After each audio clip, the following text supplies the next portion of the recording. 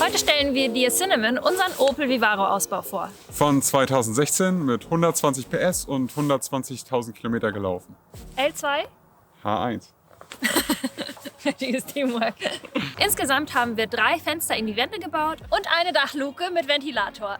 Während meiner verschiedenen Busausbauten habe ich eine Menge Erfahrungen sammeln können, die ich euch auf meiner Webseite zusammengefasst habe. Dort findest du Anleitungen und Tipps zum Busausbau, Informationen zum Vanlife und wenn du schon mal da bist, kannst du gerne auch mal bei mir im Shop vorbeischauen. Dort gibt es nämlich richtig coole Klamotten mit Vanlife-Motiven.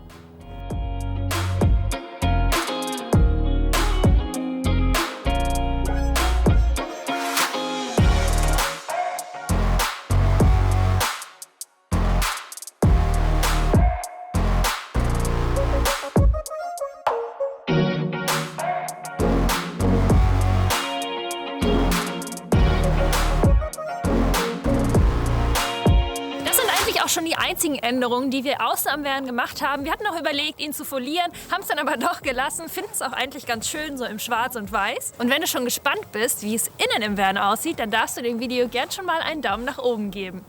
Jetzt kommen wir mit rein.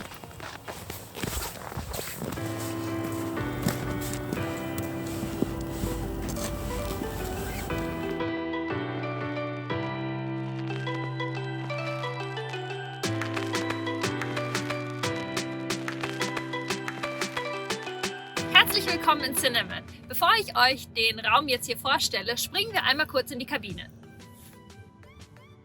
Der Wagen hat eine Klimaanlage, ein Tempomat, wir haben hier ein 6-Gang-Schaltgetriebe, unser Radio funktioniert mit Bluetooth. Also das ist das neue Modell vom Opel Vivaro, das war uns auch ziemlich wichtig, weil der einfach von innen viel, viel schöner aussieht. Ein weiterer Grund, warum wir uns für den neuen Opel Vivaro entschieden haben, war, dass man den Mittelsitz hier einfach komplett umklappen kann. Man kann ohne Aussteigen nach hinten klettern, hat aber trotzdem 3 Sitzplätze. Oh, geht unwahrscheinlich gut eigentlich. Also ich dachte eigentlich, das nur für Leute unter 1,50, aber das geht unwahrscheinlich gut.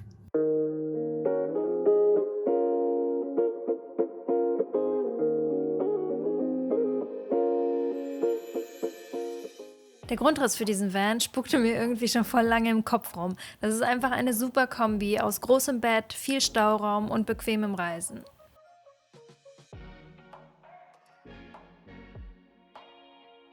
Das Bett ist tagsüber ein bequemes großes Sofa und lässt sich super leicht ausziehen. Die Liegefläche hat dann ca. 1,35 Meter x 2 Meter, also richtig viel Platz für 2 Personen und deutlich breiter als zum Beispiel in so einem California. Der Matratzenbezug ist natürlich abnehm- und waschbar und ist ein ganz feiner Kordstoff aus 100% Baumwolle. Denn das meiste Mikroplastik in unseren Meeren entsteht tatsächlich beim Waschen von Kunstfasern. Unter dem Bett sitzt die ganze Elektrik. Batterie, Spannungswandler, Ladebooster, Tiefentladeschutz und alle Sicherungen. Cinnamon ist da wirklich top ausgestattet. Außerdem sitzt hier die Standheizung. Es gibt 2 Luftauslässe, einer geht nach vorne raus und der andere wandert durch ein großes Staufach nach hinten durch. Vorne am Bett gibt es eine 230 Volt Dose, 2 USB-Stecker und das Panel für die Standheizung. Hinten gibt es die gleichen Steckdosen nochmal und noch einen 12 Volt Anschluss.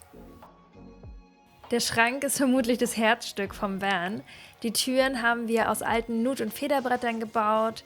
Der Schrank selbst ist sehr schmal, geht aber über die ganze Länge und Höhe und bietet deswegen richtig viel Stauraum. Wir haben zusätzlich noch einen Klapptisch integriert, falls man irgendwie mal zu zweit arbeiten will.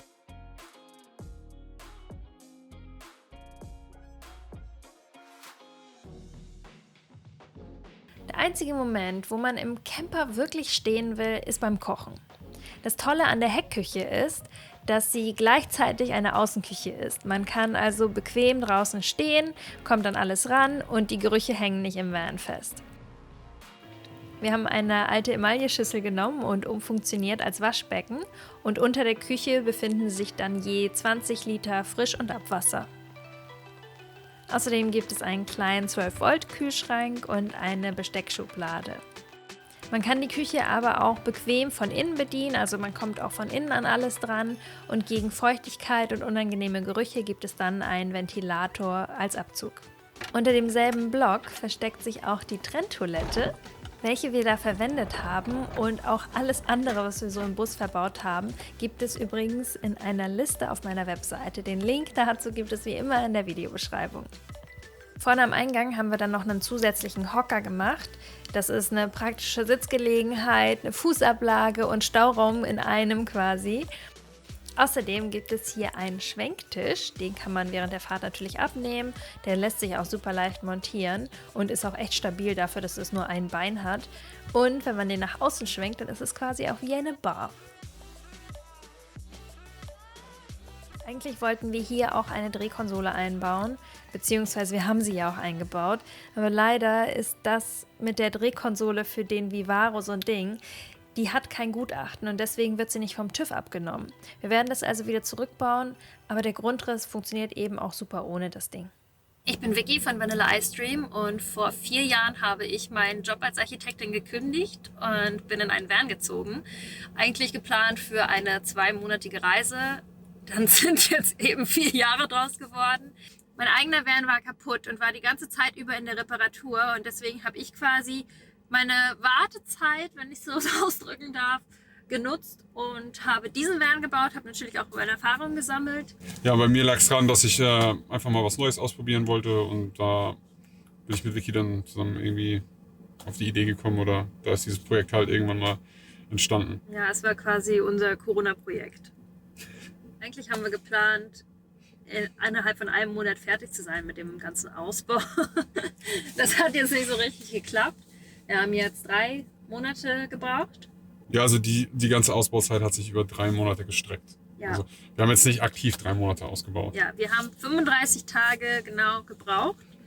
Können wir ein Fazit ziehen? Es ist machbar in 30 Tagen. Wenn man Erfahrung darin hat, einfach. Wenn man Erfahrung hat oder handwerklich sehr begabt ist oder der Anspruch nicht ganz so hoch ist. Genau. Und man sein komplettes Privatleben unterordnet. Also man wirklich 30 Tage lang ohne Wochenende jeden Tag 10, 12 Stunden an diesem Ding hier arbeitet. Dann ist es umsetzbar auf jeden Fall. Der Leitgedanke von dem Projekt war, einen nachhaltigen Busausbau zu machen. Wir haben zum Beispiel eine natürliche Dämmung verwendet, wir haben natürliche Lacke benutzt, versucht weitestgehend auf Kunststoff zu verzichten, Made in Germany, also lauter solche Sachen, da haben wir uns Mühe gegeben, das bestmöglich umzusetzen. Das letzte Jahr seit Corona quasi habe ich zu Hause verbracht. Ich habe meinen ersten Van verkauft, habe mir einen neuen gekauft. Der ist dann eben kaputt gegangen. Deswegen ist dieses Projekt überhaupt erst entstanden. Jetzt, wo der fertig ist, ist auch mein Bus aus der Werkstatt endlich wieder da. Und ich freue mich schon richtig, den zu einem Zuhause umzubauen und wieder auf Reisen zu gehen. Wieder in meinen eigenen kleinen 4 Wänden zu leben, weil Vanlife ist irgendwie für mich nicht nur ein Instagram-Hashtag, sondern es ist tatsächlich das, was ich in den letzten Jahren gelebt habe und wo ich mich auch selbst total wiedergefunden habe. Und ich freue mich auch richtig, das mit den Videos zu begleiten, um den Leuten einfach mal einen Einblick zu geben, wie es ist, ein alternatives Leben zu führen. Und dass Vanlife nicht immer nur der allerschönste Stellplatz ist, aber dass es eben auch genau das sein kann. Also eben die Vielfältigkeit von Vanlife zu zeigen. Mittlerweile arbeite ich auch von unterwegs. Ich bin also quasi Vollzeit-Blogger und ich hätte niemals gedacht, dass ich sowas jemals von mir behaupten werde.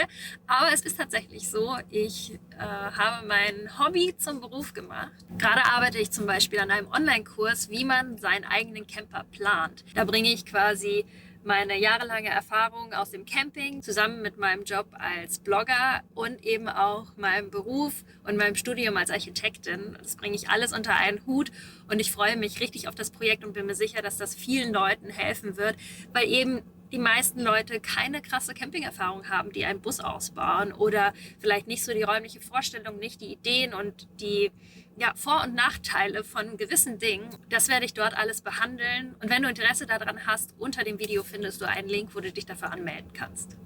Zinnemann war ein richtig tolles Projekt für mich. Ich konnte sehr viel lernen, was ich auch mitnehmen kann in meinen nächsten Busausbau. Es war nicht immer leicht. Man muss immer neue Lösungen finden. Es gibt immer ein neues Problem. Das kommt, sobald man eins gelöst hat. Das ist eben so ein bisschen die Herausforderung beim Busausbau, aber eben auch das Witzige daran. Der schönste Moment ist für mich aber einfach, wenn man dann in diesem Van sitzt, er fertig ist, er einfach urgemütlich ist und man nichts lieber machen möchte, als damit loszufahren. Wenn dir der Van gefallen hat, dann hinterlass unbedingt einen Daumen hoch. Schreibt auch gerne was in die drunter Kommis und denkt immer dran, Support ist kein Mord. Wer die anderen Videos von Cinnamon kennt, der weiß, dass der Wagen zu Verkauf steht. Wer Interesse hat, darf sich auch gerne bei mir melden. Nach diesem Camper geht es auf dem Kanal direkt weiter mit einem weiteren Ausbau, nämlich mit meinem eigenen Van. Stracciatella steht schon vor der Tür, es gibt schon einige Ausbauvideos dazu. In den Van werde ich auch Vollzeit einziehen und werde euch auf meine Reisen und allgemein mein Leben im Van mitnehmen. Wie es bei Peter weitergeht, könnt ihr auf Instagram sehen. Ich verlinke mal seinen Account. Und jetzt würde ich sagen, bis zum nächsten Mal.